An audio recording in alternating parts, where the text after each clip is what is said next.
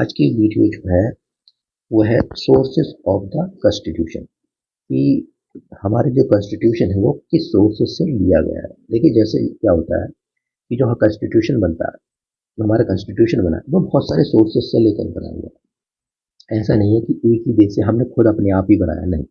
हमने कई सारे देश से, कई सारे कंट्रीज से, अलग अलग जगहों से चीज़ें ली। कुछ जो जो अच्छी अच्छी चीज़ें हैं वो हमने इनकॉर्पोरेट की अपने कॉन्स्टिट्यूशन में, तब कहीं जाकर अपना कॉन्स्टिट्यूशन बनाया है। एक तरह से आइडिया जो है वो हमने दूसरे कॉन्स्टिट्यूशन में, दूसरे देश के कॉन्स्टिट्यूशन से लिया था। ठीक है, तो बहुत जरूरी है कि समझना हमने कौन कौन से कॉन्स्टिट्यूशन, कौन से देश के कॉन्स्टिट्यूशन से हमने अपने कॉन्स्टिट्यूशन में इनकॉर्पोरेट किए चीज़ों को।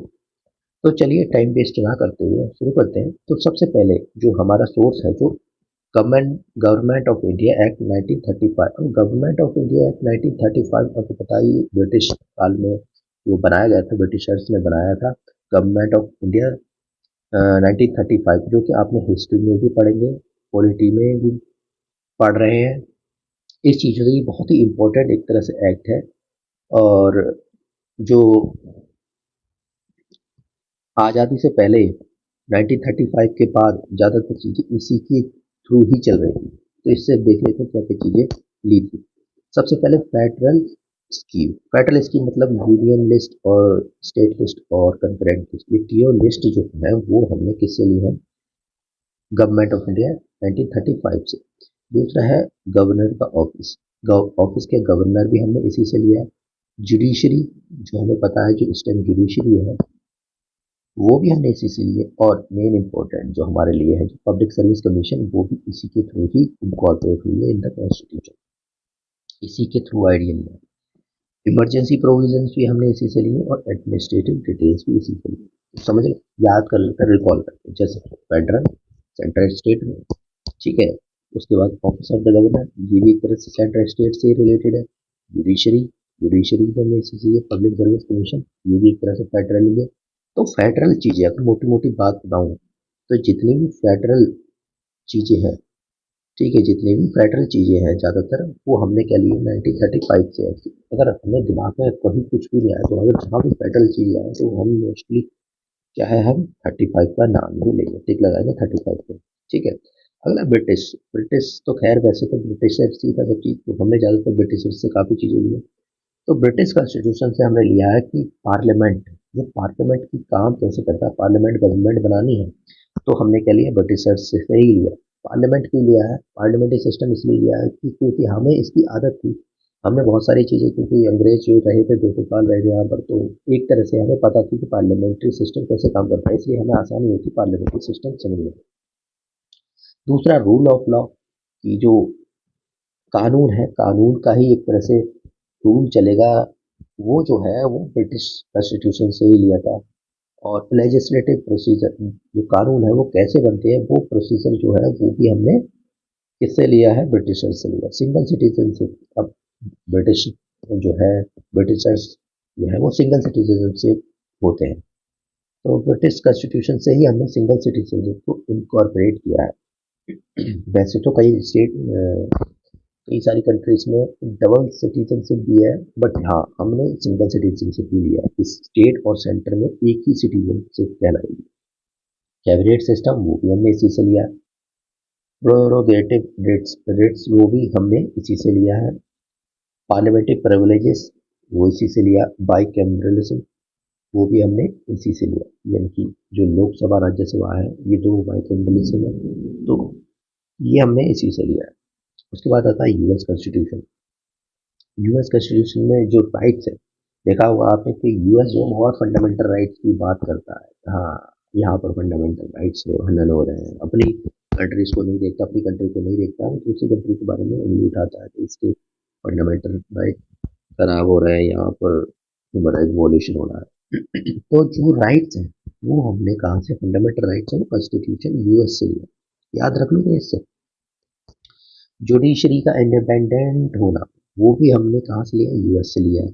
जुडिशरी रिव्यू भी हमने इसी से लिया है।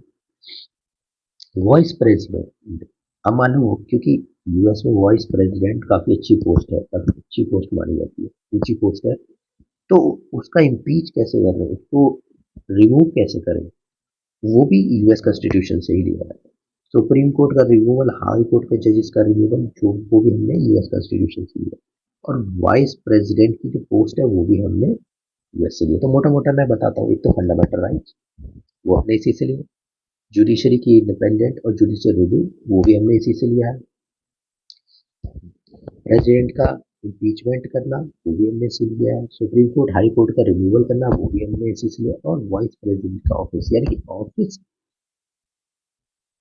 प्रेसिडेंट का, ठीक है, यानी कि इम्पीचमेंट ज्यादातर जो चीजें हैं वो हमने इसी से ली है। यूएस जैसे प्रेसिडेंट को इम्पीच करना वो हमने यूएस से लिया है, सुप्रीम कोर्ट हाई कोर्ट को रिमूव करना वो भी हमने इसी से लिया है, और वाइस प्रेसिडेंट का इम्पीच करना या फिर रिमूव करना वो भी हमने इसी से लिया। मोटे मोटे जो पोस्ट है ना वो हमने रिमूव करने के यूएस से ले रखे हैं। अगला है आयरिश कॉन्स्टिट्यूशन। तो आयरलैंड के जो कॉन्स्टिट्यूशन से हमने लिया है डीपीएसपी। हम आगे डीपीएसपी पढ़ोगे, directive principle of state policy, नीति निर्देशक तत्व जैसे बोल देते हैं हिंदी में, वो हमने आयरिश से लिया है। उसके बाद राज्यसभा का नॉमिनेशन जो होता है, नॉमिनेशन या फिर इलेक्शन ऑफ द प्रेसिडेंट, ये दोनों चीजें हमने, अब इलेक्शन का प्रेसिडेंट का इलेक्शन तो यहाँ से लिया है, और यूएस से क्या लिया हमें याद रिकॉल भी करना है, इम्पीचमेंट प्रेसिडेंट का वो यूएस से लिया है, और जो इलेक्शन है वो आयरिश से लिया। ठीक है, आगे देख लेते हैं। आगे है कनाडा। कनाडा के जो हमने कॉन्स्टिट्यूशन से लिया है वो है फेडरल। आपने देखा होगा जो कनाडा की क्या है कि डुअल सिटीजनशिप है, समझ रहे हो, बाकी जो है सिटीजनशिप डुअल है, सेंटर में अलग है और स्टेट में अलग है, बट सेंटर का प्रिवेल करता है यहाँ, क्योंकि सबसे ज्यादा पावरफुल है सेंटर। तो ऐसे ही है फेडरल जो है विद अ स्ट्रॉन्ग सेंटर, तो सेंटर स्ट्रॉन्ग है और फेडरल है, वो हमने कहाँ से लिया, कनाडा से। जैसे हमारे इंडिया में क्या है कि भाई स्टेट में पावर तो है, लेकिन अगर बात आई कि ऑल ओवर द इंडिया की, तो वो सेंटर की ही लॉज जो है वो प्रिवेल करेंगे। अगर दो एक सब्जेक्ट में कंकरेंट लिस्ट पे अगर हमने स्टेट और सेंटर दोनों के लॉ बना रखे तो सेंटर का जो है लॉ ज्यादा प्रिवेल करेगा। ठीक है, तो ऐसे पावर जो है वो सेंटर के पास स्ट्रॉन्ग रहती है। दूसरा है residuary power in the centre. मैंने कहा था ना कि अभी जो कंकरेंट लिस्ट या फिर जो रेजिडुअरी पावर जो सेंटर और स्टेट दोनों में नहीं आएगी, सेंट्रल लिस्ट और स्टेट लिस्ट में नहीं आएगी, वो जो पावर है वो ज्यादातर हमारे सेंटर के पास कहलाएगी। ठीक है, स्टेट के जो गवर्नर है उनको अपॉइंट करना भी वो भी एक तरह से क्या है कनाडा के कॉन्स्टिट्यूशन से ही लिया हुआ है। Advisory जुडिक्शन of the supreme court, ये भी हमने इसी से लिया, क्योंकि सुप्रीम कोर्ट जो है वो एडवाइस भी कर सकता है सेंट्रल गवर्नमेंट को या फिर किसी गवर्नमेंट को एडवाइस कर सकता है। ठीक है, चलो नेक्स्ट अगला है ऑस्ट्रेलियन कॉन्स्टिट्यूशन। ऑस्ट्रेलियन कॉन्स्टिट्यूशन से हमने जो लिया है वो कंकरेंट लिस्ट है। तीन लिस्ट मैंने आपको बताई थी, सेंट्रल, स्टेट और कंकरेंट। तो सेंटर पे जो भी सेंट्रल लिस्ट में होंगे जो सेंटर ही लॉ बनाएगी, ठीक है, और स्टेट वाले में तो स्टेट लॉ बनाएगी। कंकरेंट वाले हैं तो सेंटर स्टेट दोनों को मिली है पावर, बट जो है मेन जो पावर वो स्टेट के पास, सेंटर के पास ही होती है।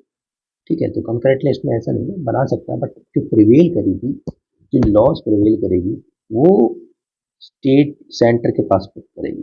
अगर मान लो दोनों ही लॉ कंकरेंट लिस्ट में बना रहे हैं तो वो जो प्रिवेल किया जाएगा वो सेंटर का किया जाएगा। ठीक है, तो ऑस्ट्रेलिया कॉन्स्टिट्यूशन से हमने क्या लिया है, वो लिया कंकरेंट लिस्ट। ठीक है, freedom of trade, commerce and intercourse. तो जो हम ट्रेड करते हैं एक स्टेट से दूसरे स्टेट में, हमारे को जो छूट दे रखी है वो हमें ऑस्ट्रेलिया कॉन्स्टिट्यूशन से ही लिया है। तो एक स्टेट से दूसरे स्टेट में जो हम ट्रेड कर सकते हैं वो joint sitting of the two houses. तो अब इसमें क्या है, जॉइंट सिटिंग, मान लो कोई डेडलॉक होता है किसी भी लोकसभा राज्यसभा में, डेडलॉक होता है किसी चीज को लेकर, कोई बिल पास हो रहा है, तो अगर हमें जॉइंट सिटिंग ली जाती है किसी किसी चीज में, आर्टिकल 108 के तहत कि जॉइंट सिटिंग होती है और दोनों लोकसभा राज्यसभा के मेंबर एक साथ बैठते हैं, उसको बोलते हैं जॉइंट सिटिंग। तो वो जो फंडा है वो ऑस्ट्रेलिया का स्टेशन के लिए। जर्मनी, अगला आता है जर्मनी से हमने क्या लिया है कि भाई जर्मनी में आपको नाम सुना होगा तानाशाही। जर्मनी को था नाजी, उस टाइम जब हिटलर था, अडॉल्फ हिटलर, तो एक तरह से तानाशाही था। अब जो इमरजेंसी है वो भी एक तरह से क्या है, तानाशाही है।